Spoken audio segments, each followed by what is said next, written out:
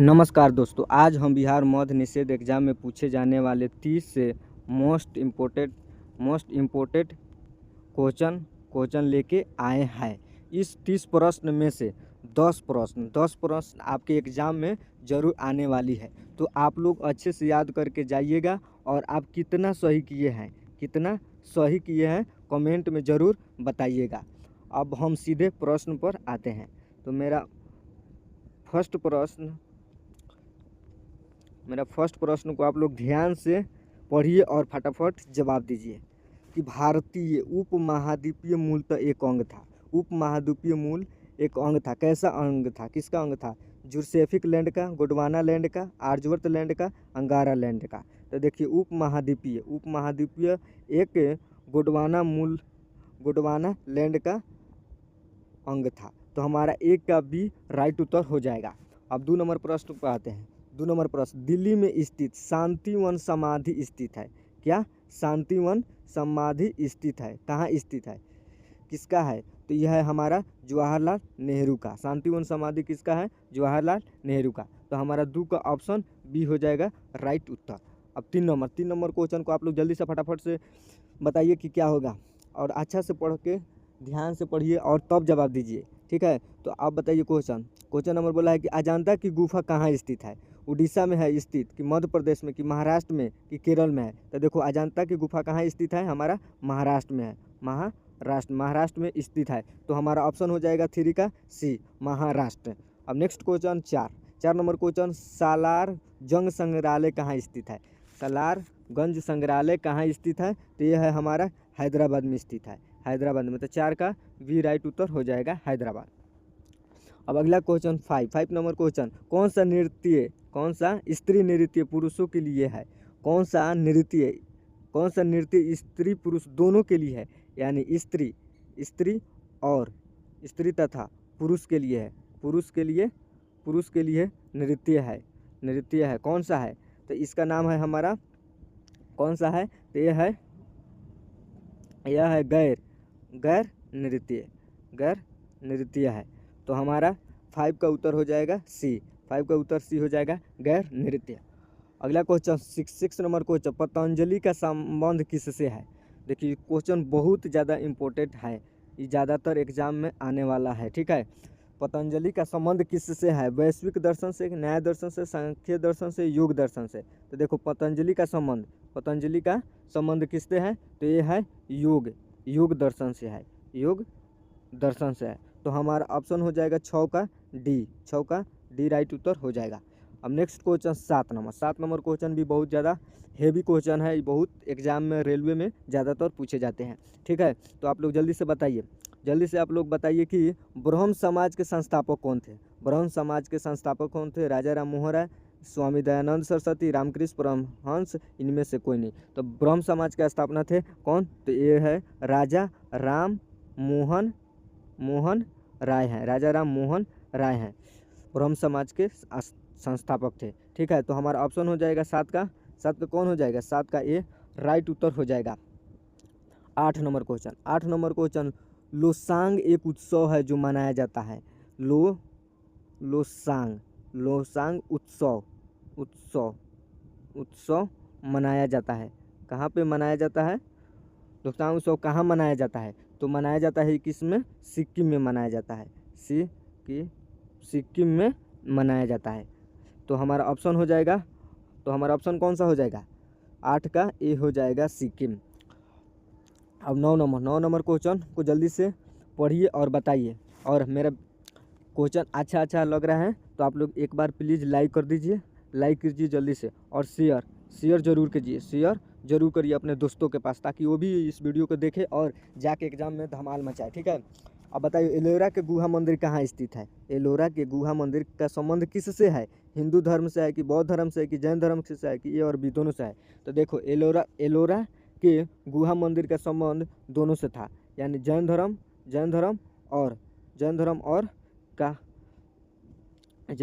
और बौद्ध धर्म से संबंधित था। जैन धर्म और हिंदू धर्म से संबंधित था। हिंदू धर्म से। तो इसका 9 का ऑप्शन हो जाएगा डी। 9 का ऑप्शन डी हो जाएगा, ए और बी दोनों। बौद्ध धर्म, सॉरी यहाँ बौद्ध धर्म हो जाएगा, बौद्ध धर्म और हिंदू धर्म से संबंधित था, तो 9 का डी ऑप्शन हो जाएगा। अब अगला क्वेश्चन 10 नंबर क्वेश्चन, शक कैलेंडर का पहला महीना होता है। देखो शक है, शक कैलेंडर, शक कैलेंडर, सॉरी शक कैलेंडर, शक कैलेंडर का पहला महीना होता है, कौन सा होता है? चैत होता है कि भाद्रपद होता है कि माघ होता है कि बैसाख होता है? तो इसका होता है चैत होता है, चैत्र होता है। चैत के महीना को शक कैलेंडर का पहला महीना होता है। तो हमारा ऑप्शन हो जाएगा 10 का ए, 10 का ए इसका राइट उत्तर हो जाएगा। अब नेक्स्ट क्वेश्चन 11 नंबर क्वेश्चन, चार मीनार कहाँ स्थित है? देखो चार मीनार कहाँ स्थित है? तो देखो चार मीनार हमारा स्थित है हैदराबाद में, हैदराबाद में। तो 11 का ऑप्शन हो जाएगा बी, 11 का बी ऑप्शन हो जाएगा हैदराबाद। 12 नंबर क्वेश्चन, अंतर्राष्ट्रीय मजदूर दिवस कब मनाया जाता है?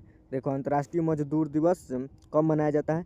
1 फरवरी को यह नहीं होगा, 1 मार्च को यह नहीं होगा, 1 अप्रैल को नहीं होगा, 1 मई, जी 1 मई को मनाया जाता है, 1 मई को मनाया जाता है अंतर्राष्ट्रीय मजदूर दिवस। तो हमारा ऑप्शन हो जाएगा 12 का डी, 1 मई को मनाया जाता है।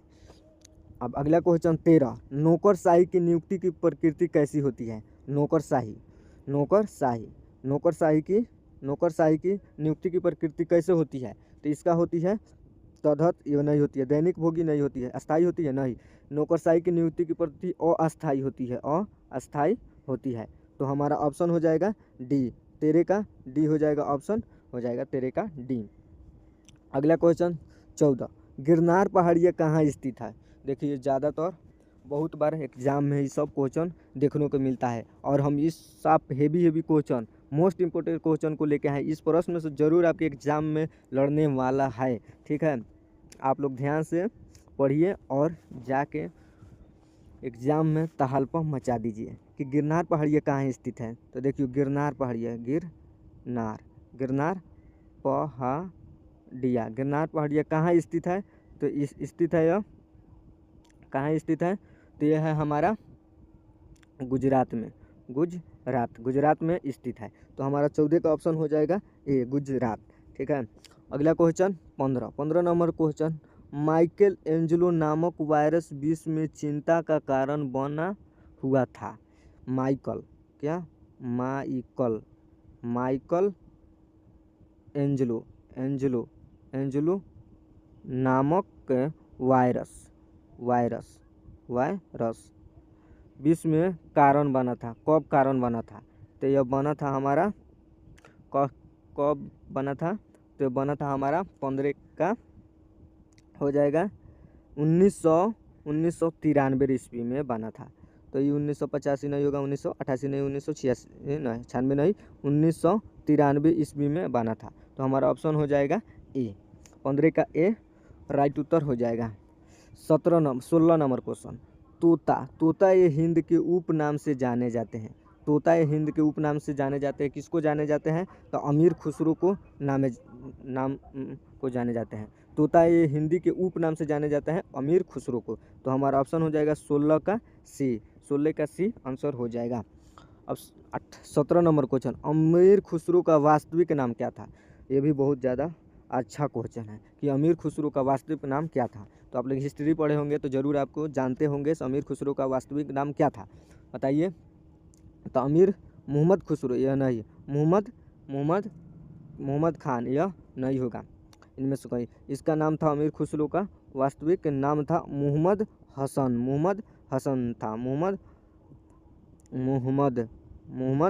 था। इसका वास्तविक नाम क्या था? मोहम्मद हसन। तो 17 का भी राइट उत्तर हो जाएगा, मोहम्मद हसन था, ठीक है। 18 नंबर क्वेश्चन, संगीत के दुनिया में सितार के जादूगर कौन थे? किस जाने जाता? सितार के जादूगर किसे जाने जाते हैं? रहीम सेन को, कि त्यागराज को, कि तानसेन को, कि पुरंदर दास को? तो देखो सितार के जादूगर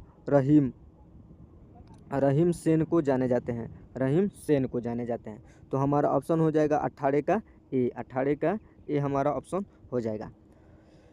19 नंबर क्वेश्चन, गुरु नानक का वास्तविक नाम क्या था? देखो गुरु नानक का वास्तविक नाम क्या था? तो गुरु नानक का वास्तविक नाम था नानक। इनका वास्तविक नाम क्या था? नानक था। तो हमारा ऑप्शन हो जाएगा 19 का सी। 20 नंबर क्वेश्चन, गौतम बुद्ध का वास्तविक नाम क्या था? गौतम बुद्ध का वास्तविक नाम क्या था? देवदत्त, यह नहीं होगा। नरेंद्र, यह नहीं होता। उनका नाम था सिद्धार्थ। गौतम बुद्ध का वास्तविक नाम क्या था? सिद्धार्थ था। तो हमारा ऑप्शन कौन सा हो जाएगा? तो हमारा ऑप्शन हो जाएगा 20 का बी ऑप्शन हो जाएगा, सिद्धार्थ। अब अगला क्वेश्चन 21 नंबर क्वेश्चन, जल्दी से बताइए। आप लोग को बताना है से क्या होगा और अच्छे से। और अभी तक आप लोग कितना सही किए हैं जल्दी से कमेंट में थोड़ा बता दीजिए। कमेंट में बता दीजिए कि अभी तक आप लोग कितना सही किए हैं, ठीक है। और लाइक करते चलिए, ठीक है। अब देखो क्वेश्चन पर, आप सीधे क्वेश्चन पर। स्वामी विवेकानंद का वास्तविक नाम क्या था? स्वामी विवेकानंद का वास्तविक नाम क्या था? तो इसका वास्तविक नाम था नरेंद्रनाथ दत्त। तो हमारा ऑप्शन हो जाएगा बी, नरेंद्रनाथ दत्त हो जाएगा।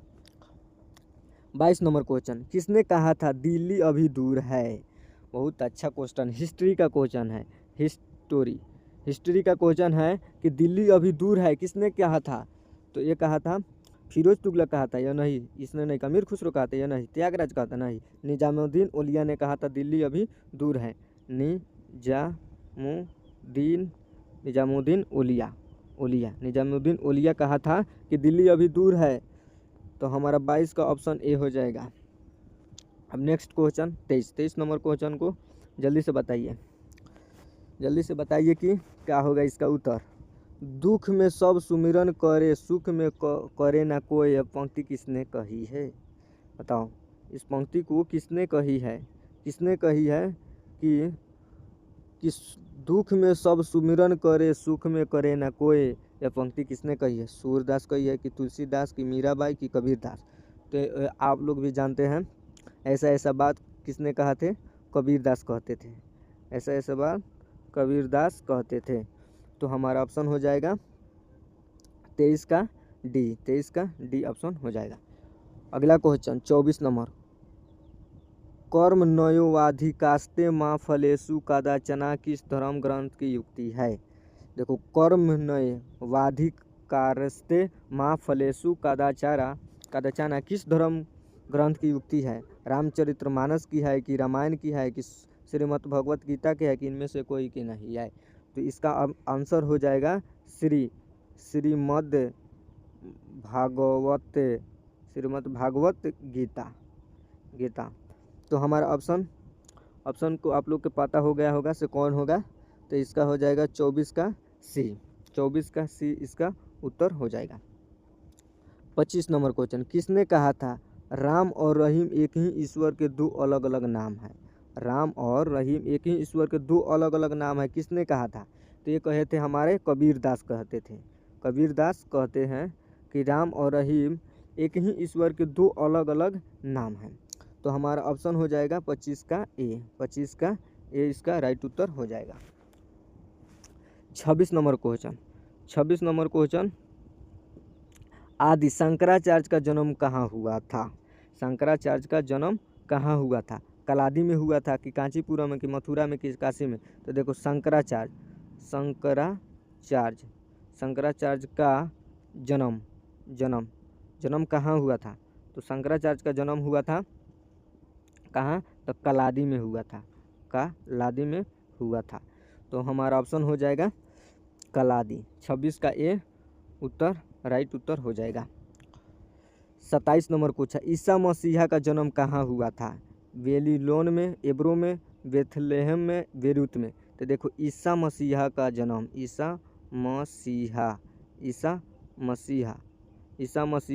का जन्म कहाँ हुआ था? ईसा मसीहा का जन्म कहाँ हुआ था? तो यह हुआ था हमारा बेथलेहम में उनका जन्म हुआ था। तो 27 का ऑप्शन हो जाएगा C. Bethlehem. 28 number question, Yamini Krishnamurthy का संबंध किस शास्त्रीय नृत्य से है? देखो, यह भी बहुत ज़्यादा अच्छा प्रश्न है कि यामिनी कृष्णमूर्ति का संबंध किस शास्त्रीय नृत्य से है? कथक से है कि भारतनाट्यम से है कि ओडिसी से है कि कथकली से है? यामिनी, यामिनी, यामिनी कृष्णमूर्ति, कृष्णमूर्ति, यामिनी कृष्णमूर्ति का संबंध किससे है? तो यह है हमारा भरतनाट्यम से, भरतनाट्यम से, भरतनाट्यम से है। यामिनी कृष्णमूर्ति का संबंध भरतनाट्यम से है। तो हमारा ऑप्शन हो जाएगा 28 का बी ऑप्शन हो जाएगा, भरतनाट्यम। 29 नंबर क्वेश्चन, बिरजू महाराज किस क्षेत्र के सुविख्यात कलाकार थे? बिरजू महाराज, बिरजू महाराज, बिरजू महाराज किस संगीत के कलाकार थे? किस कलाकार के सुविख्यात थे? तो यह हमारे थे 29 कथक नृत्य के कलाकार थे, कथक नृत्य के कलाकार थे बिरजू महाराज। तो 29 का ऑप्शन हो जाएगा डी, कथक नृत्य के। अब 30 नंबर क्वेश्चन, जो हमारा अब आखिरी क्वेश्चन है कि भारतीय शिवाजी किस शैली नृत्य के लिए जाने जाते हैं? तो इस प्रश्न का जवाब आप लोग को बताना है कमेंट में। इसको हम HW के ऊपर रखते हैं और हम कल इस प्रश्न को जवाब बताएंगे, जवाब बताएंगे कल। और आप लोग भी जानते हैं तो इस प्रश्न का जवाब कमेंट में ज़रूर बताइएगा। और मैं उम्मीद कर रहा हूं कि आप लोगों को ये वीडियो काफ़ी अच्छा लगा होगा। तो प्लीज़ आप लोगों से रिक्वेस्ट है कि मेरे चैनल को आप लोग सब्सक्राइब कर लीजिए और लाइक कर दीजिए, शेयर कीजिए और डेली आप लोगों को जीके जीएस मैथ रीजनिंग सीखना चाहते हैं तो मेरे यूट्यूब चैनल